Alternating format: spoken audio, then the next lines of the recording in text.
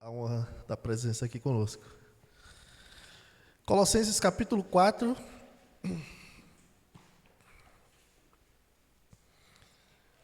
Nós vamos ler o versículo 7 até o versículo 11. Nós estamos aí no final da nossa exposição em Colossenses, né? Foram aí alguns meses aí meditando nessa carta. E já estou pensando aí na próxima série. Provavelmente a próxima série vai ser uma série temática, né? Eu estou pensando em fazer uma série sobre Jesus. Teve um pastor que eu ouvi um pastor falando, né, que quando começou na igreja dele, ele começou, eu só vou fazer uma série sobre Jesus. 1 ano sobre Jesus, né?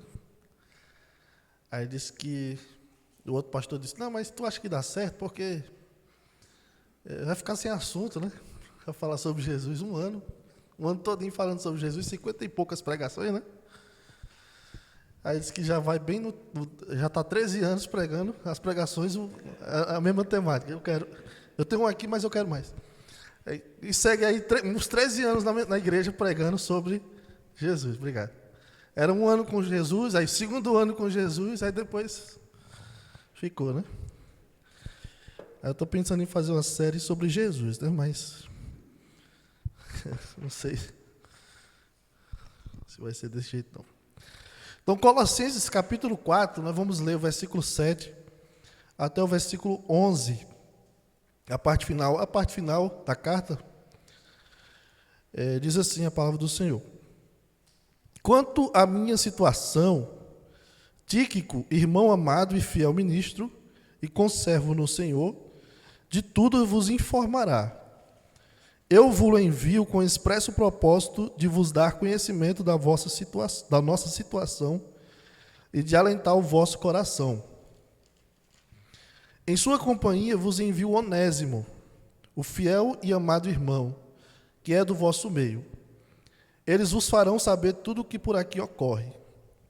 Saúda-vos Aristarco, prisioneiro comigo, e Marcos, primo de Barnabé, sobre quem recebestes instruções. Se ele for ter convosco, acolhei-o. E Jesus, conhecido por justo, os quais são os únicos da circuncisão que cooperam pessoalmente comigo pelo reino de Deus. Eles têm sido o meu lenitivo." Amém. Até aqui, vamos orar mais uma vez.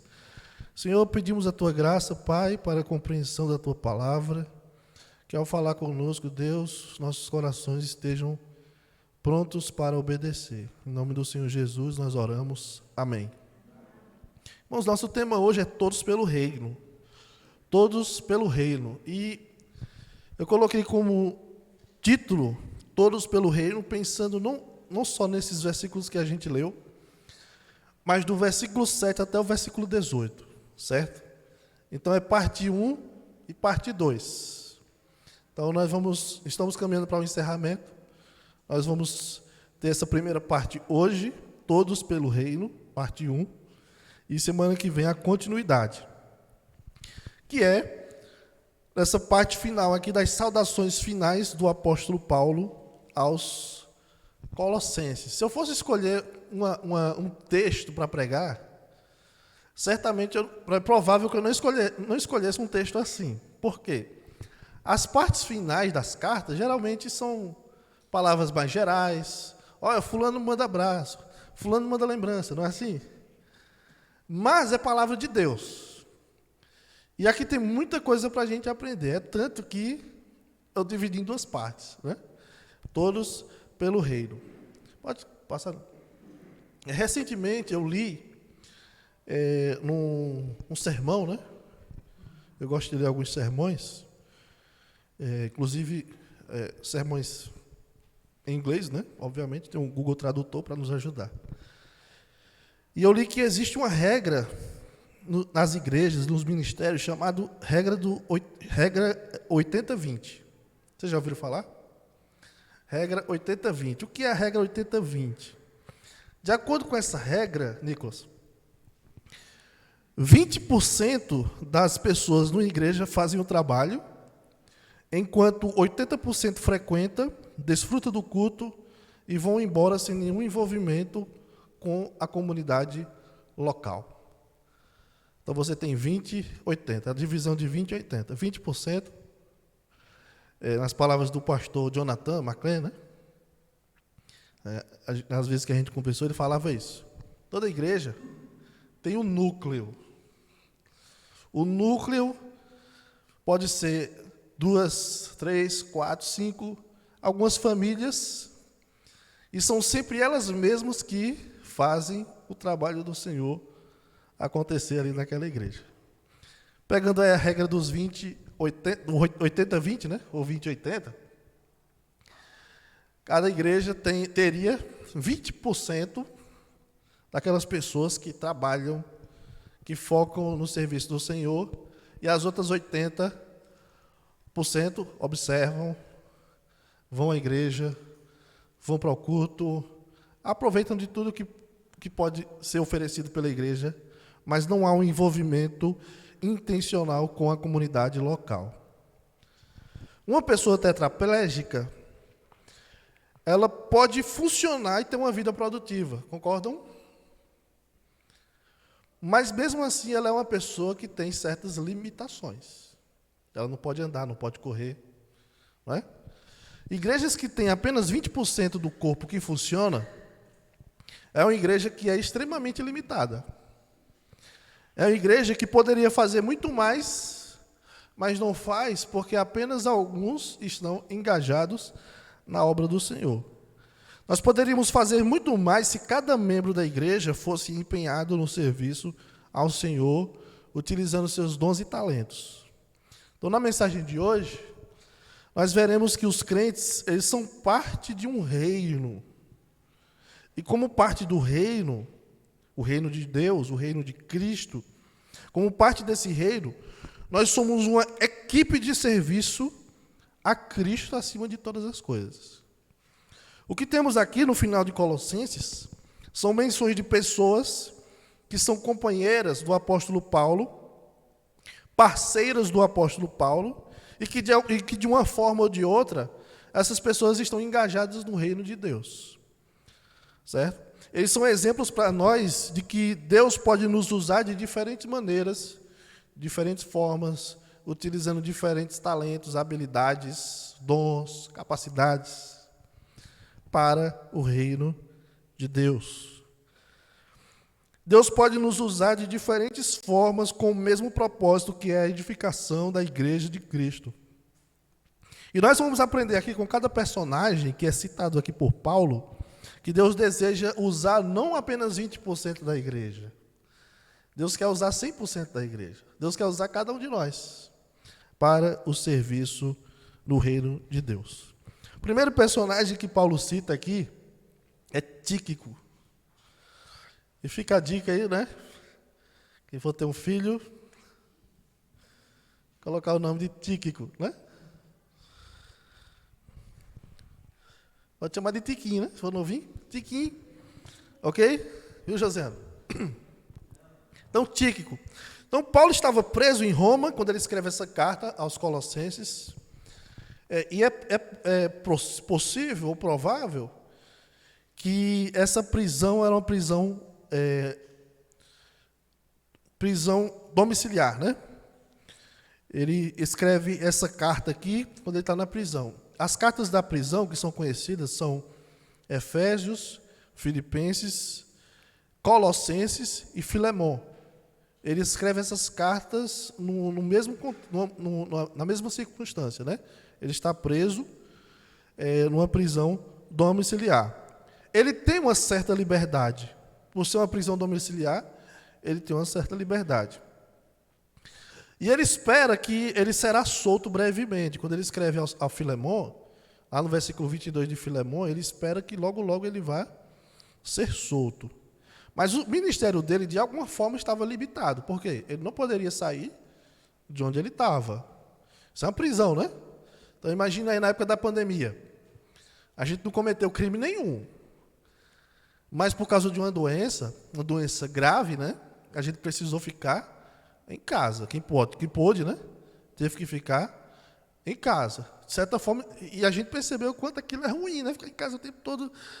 Aí teve gente que passou 2 meses e se separou o casamento, né? Se divorciou.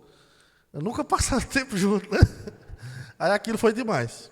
Para você ver como, né, como o negócio foi pesado. Mas o ponto é esse. Paulo está numa prisão, provavelmente uma prisão domiciliar, mas ainda assim ele está muito limitado no seu ministério. E Tíquico foi uma pessoa muito importante aqui nessa circunstância. Então, vai passar aí, Nicolas. Tíquico era um dos amigos mais íntimos do apóstolo Paulo. E ele tinha a função de levar a carta até os Colossenses. Né? No versículo 8, ele diz: eu vos envio com expresso propósito de vos dar conhecimento de nossa situação e de alentar o vosso coração. Então, esse é o principal ministério de Tíquico, que era levar cartas do apóstolo Paulo às igrejas, certo? É tanto que ele leva essa carta até os Colossenses. A carta de Filemon, que é levada para recomendar que Filemon receba Onésimo de volta, né? Ele vai junto com Tíquico também levar aquela carta. A carta aos Efésios, que nós temos na Bíblia também, foi uma carta que Paulo enviou através de Tíquico. Então, naquela época não tinha e-mail. Eu sei que para alguns aqui e-mail, hoje em dia já é coisa de homem das cavernas, né? E-mail. Porque a coisa está tão evoluída que e-mail ninguém manda mais, né? Manda um PDF pelo Zap. Enfim, hoje em dia está muito mais prático. Até Bluetooth a pessoa não usa, né? Interessante. Mas naquela época, não tinha os correios, graças a Deus, né? Mas não tinha outra forma de fazer entregas a não ser enviando alguém. E Tíquico era essa pessoa que tinha como missão principal levar essas correspondências e dar seu relatório de como estavam as coisas com Paulo e o avanço do Evangelho. Veja, Tíquico está levando uma carta para os Colossenses, essa carta aqui que a gente leu, está lendo quase toda, né? Ao mesmo tempo, Tíquico vai dar outras informações que ele julgar necessárias sobre como está Paulo. Paulo não está falando muito sobre ele, certo? Sobre como ele está. Mas quem é que vai dar essas informações? O próprio Tíquico, certo? A sua principal missão era essa. Além disso, Tíquico pode ter sido enviado por Paulo até a ilha de Creta, né, para substituir Tito. Vocês lembram que quando Paulo escreve a carta a Tito era pastor daquela igreja, de uma comunidade local ali. E Paulo desejava estar com Tito, o pastor da igreja de Creta, por algum tempo. Nesse tempo que Tito estivesse com Paulo, quem estaria na igreja de Creta? Tíquico. Então ele era um pastor também substituto. A mesma coisa com Timóteo. A segunda carta de Paulo a Timóteo, Paulo está perto, ele sabe que a sua vida vai ser entregue ali como sacrifício a Deus. Está nos últimos momentos da sua vida, e uma das coisas que ele desejava era ver Timóteo mais uma vez, né? Ele escreve aquela carta, é uma carta com muita emoção, cheia de emoção, 2 Timóteo.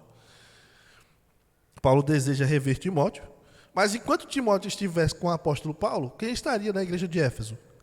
Tíquico estaria lá auxiliando aqueles irmãos. Isso nos lembra uma coisa aqui, né? Que não está nem no sermão aqui. Igreja precisa de pastor, né? Toda igreja tem que ter pastor. E mesmo quando o pastor se ausenta, tem que ter um pastor lá. E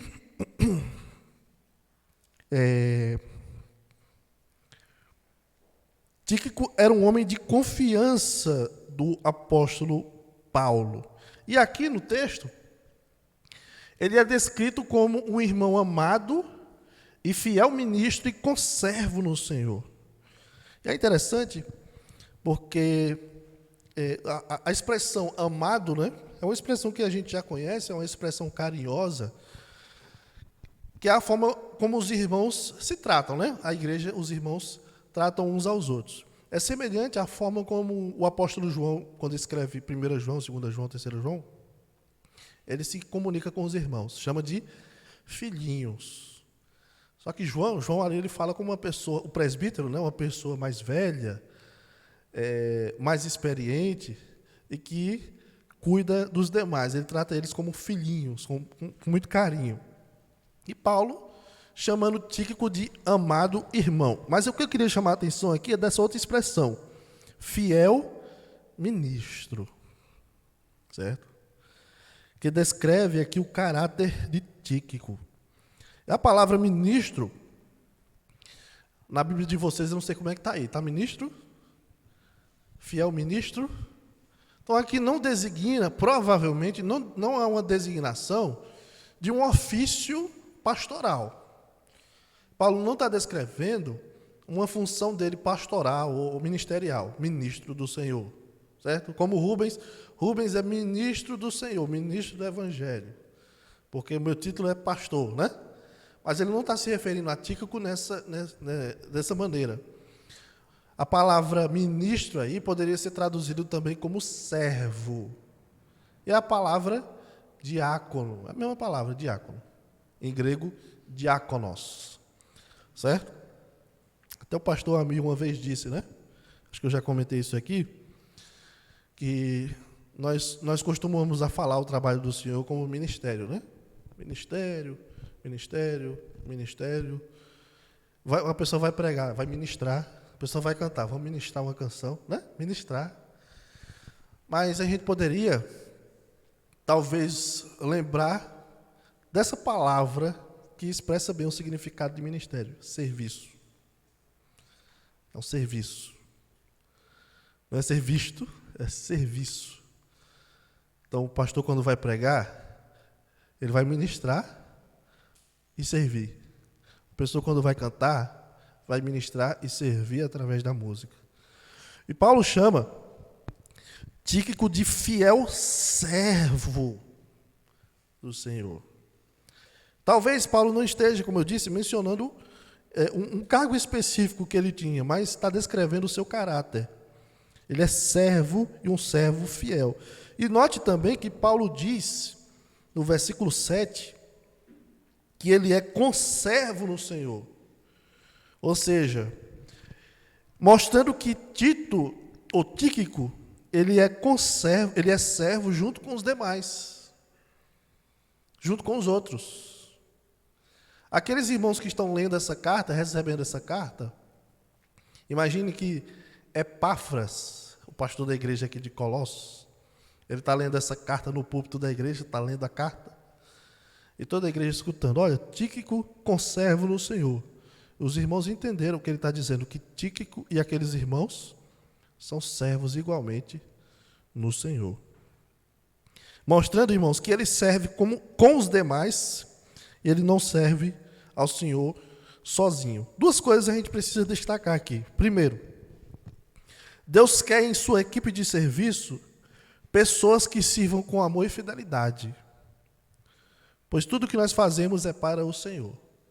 Assim como Tíquico é destacado aqui como fiel ministro ou servo, Deus quer que nós sejamos servos fiéis ao Senhor.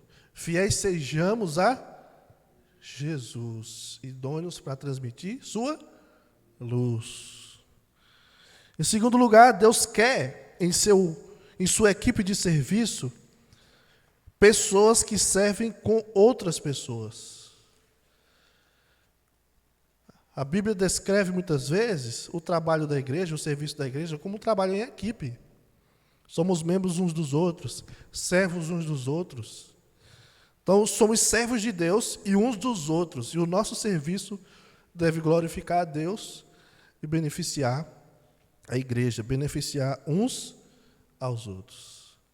Então, eu sou servo de Zeneide, Zeneide é serva de Laís, Laís é serva de Nifrance, e nós somos servos uns dos outros e ambos servos do Senhor Jesus. Outro personagem que Paulo cita, menciona aqui, é Onésimo. Outro nome, Joséano, outro nome aí. Onésimo. Mas se alguém pegar aí, primeiro, né? Vou colocar, né? É igual a minha cunhada. Eu posso dizer isso aqui que ela não vai ver esse vídeo, não. Mas a minha cunhada, assim, eu não tenho nada contra Sebastião, né? Sebastião é meu pai, né? A minha cunhada achou que porque meu pai faleceu, né? Eu ia colocar o nome de meu filho de Sebastião. Não é porque meu pai morreu que eu acho bonito não, o nome dele. Aí minha cunhada disse, quando eu tiver um filho, eu vou botar o nome dele de Sebastião. Sebastião Neto, em homenagem a seu Sebastião. Aí eu pensei, pode colocar um. Imagina aí, né? Tiririca aí. Tião não, mamãe. Mas é isso. Onésimo, um belo nome aí, para você colocar no seu filho. Então, nós temos uma série, quem quiser entender um pouquinho mais sobre Onésimo, né? Nós temos uma série na carta de Filemon. São 4 mensagens que os irmãos podem dar uma olhada depois no canal da igreja no YouTube, né? É uma série... São 4 mensagens na carta de Filemon e a gente fala um pouquinho mais sobre Onésimo naquelas 4 mensagens. Mas aqui é suficiente a gente dizer, né? Relembrar que Onésimo era um escravo que fugiu de seu senhor Filemon. Certo? Paulo conheceu Onésimo durante a sua prisão em Roma e foi lá que ele conduziu Onésimo a Cristo. Eu não sei muito bem as circunstâncias. Como é que Onésimo foi se encontrar com o apóstolo Paulo, né? Obviamente, tudo isso são circunstâncias que Deus trabalha na nossa vida para a gente ouvir o evangelho de uma forma ou de outra. Mas Onésimo, ele foge do seu senhor. A gente não sabe o que foi que ele fez, se ele roubou o seu patrão, se o que a gente sabe é que ele fez deixou o seu patrão, o seu senhor, no prejuízo, certo? E ele foge, então, para outro lugar, no caso, para Roma, onde lá ele acaba se encontrando com o apóstolo Paulo, certo? Filemon é membro dessa igreja aqui de Colossos, e isso é muito interessante, né? Paulo escreve, Nicolas, Paulo escreve uma carta a Filemon, que é a carta de Filemon, mandando Onésimo de volta, pedindo que Filemon o receba não apenas como escravo, mas agora como um irmão muito querido. E é interessante. Onésimo se arrepende, porque ele conhece o evangelho, ele se arrepende de suas ações, e Paulo recomenda que ele retorne para o seu senhor Filemon, para que seja feita uma reconciliação. E a reconciliação, quando você lê a carta de Filemon, é toda baseada no Evangelho, né? Cristo nos reconciliou com Deus, mas também nos reconcilia nas nossas relações, né? com as pessoas. Acho que um grande exemplo, né, de como a gente expressa o Evangelho no dia a dia, nas nossas relações, é o perdão. De pessoas que têm muito grande dificuldade de perdoar. E até dizem, eu não perdoaria se alguém fizesse isso aqui comigo. Pensando no que Cristo fez na cruz pelos nossos pecados, a gente tem que sempre reavaliar isso. Pai, se Deus nos perdoou em Cristo, me perdoou, então vale a pena eu fazer um esforcinho a mais para amar e perdoar quem falha comigo. Então, Paulo escreve a carta a Filemon, enviando Onésimo. Onésimo vem junto com Tíquico, trazendo a carta de Filemon, trazendo também a carta para a igreja de Colossos. Onésimo, como eu disse, ele deu um certo prejuízo ao seu senhor Filemon, e aquilo dificultaria que ele recebesse de bom grado o seu servo, né? Só que o apóstolo Paulo ensina para Filemon sobre a reconciliação. Agora, observe no texto aí, versículo 9, que Paulo chama Filemon de fiel, mais uma vez aí, aquilo que ele falou de Tíquico, né? Ele chama Onésimo de fiel, versículo 9, amado irmão, que é do vosso meio. Olha que interessante. Onésimo, um homem que deu prejuízo ao seu senhor, agora é descrito como uma pessoa fiel e amado irmão. Isso é lindo, especialmente quando a gente lembra desse contexto, dessas circunstâncias. Aqueles irmãos provavelmente conhecem Onésimo, só que conhecem Onésimo como? O escravo de Filemon, do nosso irmão Filemon, que deu prejuízo para ele, para o nosso irmão. Não é? Talvez até como um ladrão, visto como um ladrão. Olha, Onésimo é aquele ladrãozinho. Não é? Mas agora Paulo chama ele de fiel e de amado irmão. E ainda diz que Onésimo é do vosso meio. E por isso, talvez por isso, né? Clica aí, Nicolas. Pode passar? Pode passar. Talvez por isso que Paulo escreve isso aí, ó, no capítulo 3, versículo 11. Não pode haver grego nem judeu, circuncisão nem incircuncisão, bárbaro, cita, escravo, olha aí, escravo, livre. Porém, Cristo é tudo em todos. Veja só, né? Veja só. Quando Paulo escreve, não há escravo nem livre. Cristo é tudo em todos. Paulo tem em mente aqui Onésimo.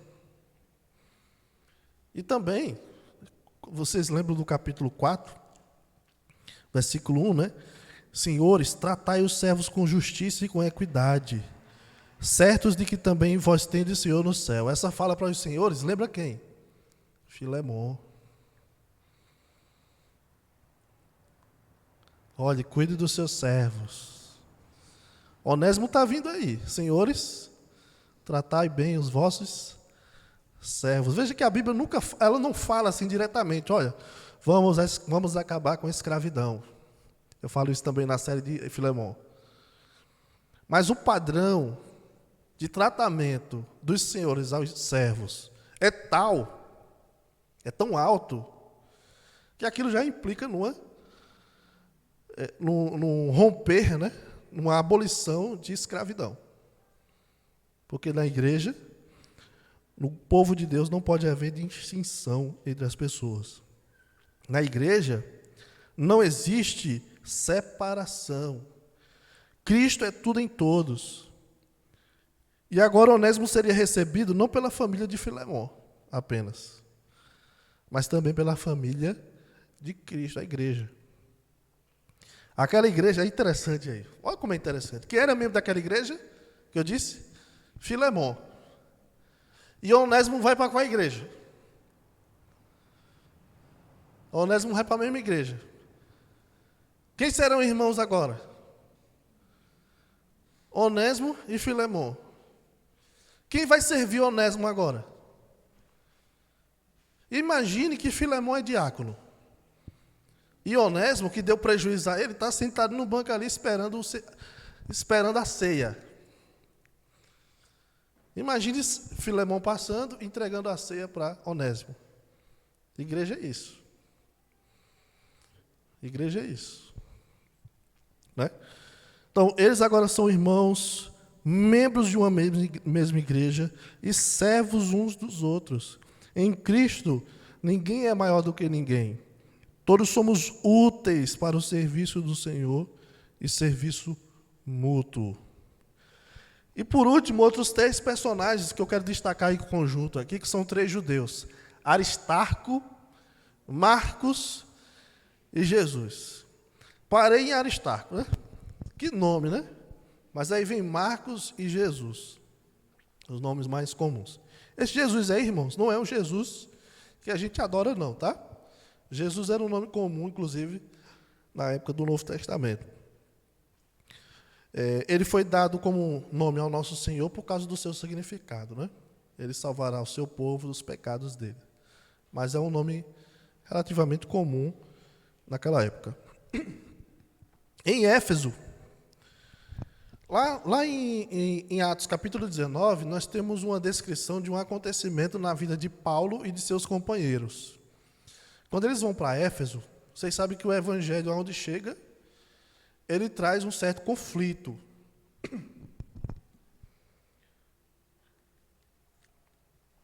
o evangelho traz um conflito, seja para o coração da pessoa, ou um conflito para a cultura, para a sociedade. O evangelho ele vai bater de frente com o nosso coração, o nosso ego, com a cultura, enfim. Vai ter algum embate.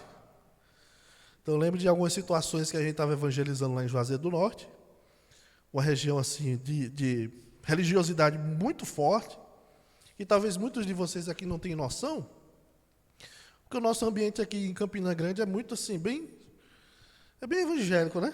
A gente vai fazer comprar arroz, feijão, e está lá tocando a música lá, né? Uma música cristã, evangélica, enfim. Mas lá é um ambiente, lá no Cariri do Ceará, bem pesado assim. Então você, talvez isso esteja um pouco menos hoje em dia, mas tempos atrás você sofria grandes embates com católicos, com padres, com beatas, quando você ia evangelizar. Então, as pessoas ferviam água para jogar nos crentes, jogar fruta podre nas igrejas. Então, aonde o evangelho chega, de alguma forma vai ter um conflito, porque o evangelho ele não é para se receber, ele muitas vezes não é bem recebido por causa do coração humano. Então, quando Paulo vai em Éfeso, há um certo conflito com cultura local, com práticas locais, com o comércio local. Então, lá em Éfeso, tem a principal deusa dos Efésios, é a deusa Diana, e tem um templo da deusa Diana, que é também chamada de Ártemis, ou Artemis. E eles vendiam, lá eles fabricavam réplicas de prata, né, do templo da deusa Diana. Então, era uma forma de ganhar dinheiro com a religiosidade. Se você for fazer uma visita ao Padre Cícero, lá no Ceará, é algo parecido. Você vai ver que há uma exploração muito grande do comércio com a religiosidade local. O povo não é besta, né? Sabe lucrar. E a deusa e tinha esse lucro com o templo da deusa Diana. Inclusive tinha muita prostituição lá. Quando o evangelho chega, os comerciantes percebem que isso vai trazer um problema. Tem gente se convertendo, tem mágico queimando seus livros de magia por causa do evangelho. Aí os comerciantes locais perceberam o seguinte: olha, o que eles estão pregando aí vai acabar com o nosso comércio, vai acabar com o nosso negócio. Vai ter gente se convertendo, virando cristão, e a gente vai perder de vender esse material aqui. E aí começa um tumulto em Éfeso. Quem está lá no meio desse tumulto? O apóstolo Paulo, mas também é citado lá um homem chamado Gaio, que alguns dizem que é o primeiro papa, né? Papa Gaio. Mas Gaio e um outro homem chamado Aristarco. Aristarco. A primeira menção que nós temos de Aristarco é numa situação de perseguição. Como é que ele é mencionado aqui na epístola de Colossenses? Saúda-vos Aristarco. O quê? Prisioneiro comigo. Prisioneiro comigo. Então, por servir a Deus ao lado de Paulo, Aristarco sofreu perseguições. Ele é descrito aqui como prisioneiro comigo, olha só. Que é onde a situação que ele se encontrava era a mesma do apóstolo. Ou seja, por amor a Cristo, ele não tinha nenhum medo do que poderia lhe acontecer. E diz a tradição, né, a tradição é o que diz a história, diz que ele foi martirizado, Aristarco, na época do imperador Nero. Provavelmente na mesma época do apóstolo Paulo. Aí, né? Paulo morreu martirizado também na época de Nero, imperador de Roma. Aristarco é o primeiro personagem aí. O outro, Marcos, é citado ali. Paulo recomenda os colossenses a receberem Marcos, primo de Barnabé. E essa menção de Marcos aqui é bem interessante, porque você se lembra, lá em Atos capítulo 13, Paulo, Barnabé, e o primo de Barnabé, aí, no caso Marcos, né, talvez mais jovem, bem mais jovem, ele abandonou Paulo e Barnabé naquela primeira viagem missionária.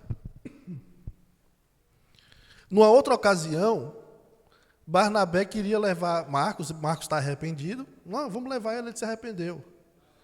Mas Paulo, ele não quis. Paulo não quis levar.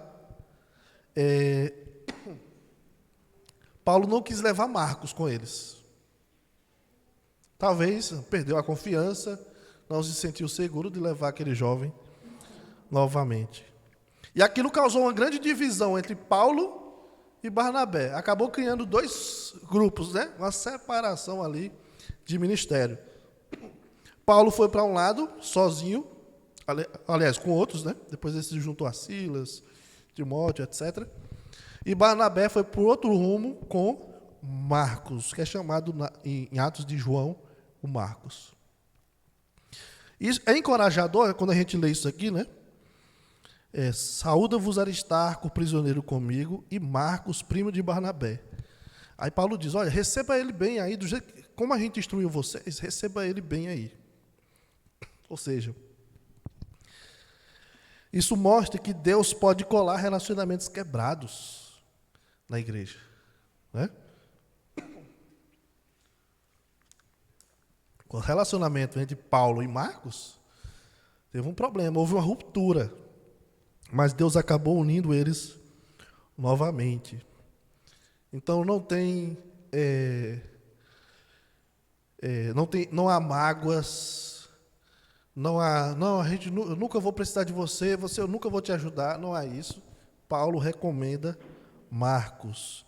Em Cristo há sempre perdão, não só entre nós e o Senhor, mas também entre nós uns com os outros, né? Há sempre oportunidade de perdoar e de reaver relacionamentos rompidos. E o Jesus citado aqui, né, no versículo 11, Jesus conhecido por justo, é tudo que a gente sabe sobre ele. A gente não sabe quem é esse Jesus, e tudo que a gente sabe sobre ele é ele. Ele tem esse nome justo, né, que possivelmente é um sobrenome que era comum também entre os judeus.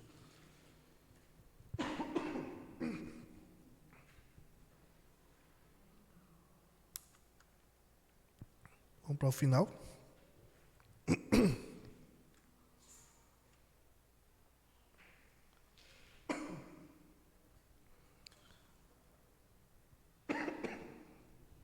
Deus quiser, eu vou concluir.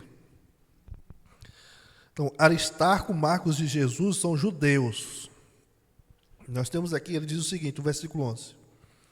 Os quais são os únicos da circuncisão que cooperam pessoalmente comigo pelo reino de Deus.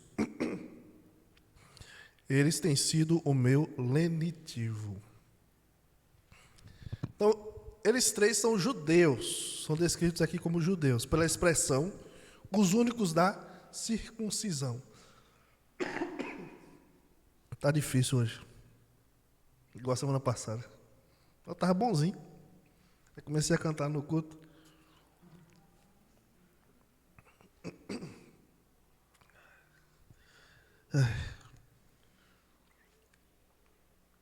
Começa a dar aquela coceirinha. Tudo bem.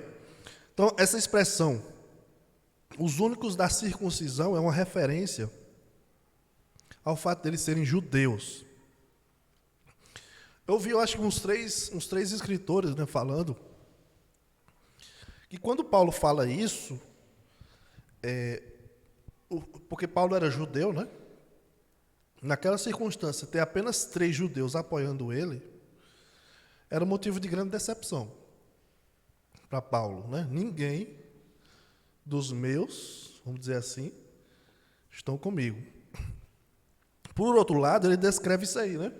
Esses homens eram fonte de ânimo para o apóstolo Paulo. Isso nos lembra, irmãos, que no reino de Deus, Deus quer usar pessoas que serão fonte de consolo e encorajamento para outros. Deus quer usar pessoas para encorajar os outros, para animar uns aos outros. Paulo cita um homem lá em 2 Timóteo, um homem chamado Onesíforo. Olha os amigos de Paulo, né? Onesíforo. E Onesíforo era um homem cuja função era, talvez, né? Era contar piadas, era brincar, né? Era alegrar a vida do apóstolo Paulo. A gente está acostumado, tudo que a gente vai fazer, a gente quer fazer um culto, né? Se a gente combinar aqui, irmãos, nós vamos... Sexta-feira não vai ter culto. Nós vamos lá para a casa da irmã Avani. Vamos ter um momento lá de descontração. Aí já dá vontade de fazer um culto, né? Levar um violão, pegar os livros de cântico e a pessoa ir de gravata para pregar, né? Tudo no mundo a gente quer fazer um culto, já percebeu? Vai se reunir, vamos fazer uma reunião aqui. Aí bota as cadeiras assim, para fazer um culto. E a gente perdeu a coisa simples da vida, né? Que é simplesmente sentar com alguém e falar sobre várias coisas da vida, falar sobre futebol, falar sobre estudos, sobre trabalho, sobre política, sobre qualquer coisa da vida, sem brigar, lógico. Vai falar sobre qualquer coisa que nos faz ser pessoas, seres humanos normais, né? E eu acredito que Paulo tinha essas pessoas, né? Que estavam com ele no evangelho, mas também na vida comum, rindo, brincando, chorando, fazendo coisas comuns. Eu encerro lembrando daquela regra 80-20.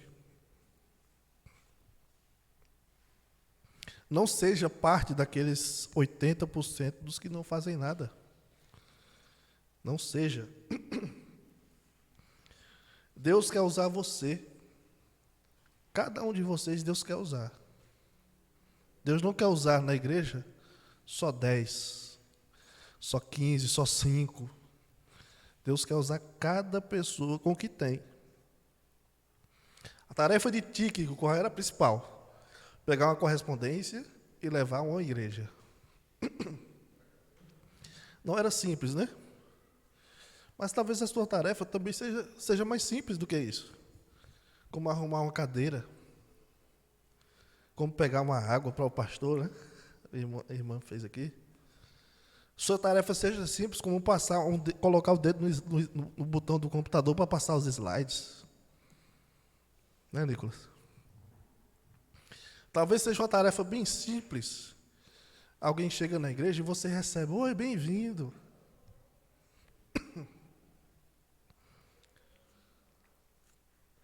É uma tarefa simples para você, como regular um som da igreja, fazer uma postagem nos stories falando sobre o culto da igreja, visitando um irmão ou irmã. Deus quer nos usar de diferentes formas, para que de alguma forma nós sirvamos também uns aos outros e ao reino de Deus. Amém? Oremos.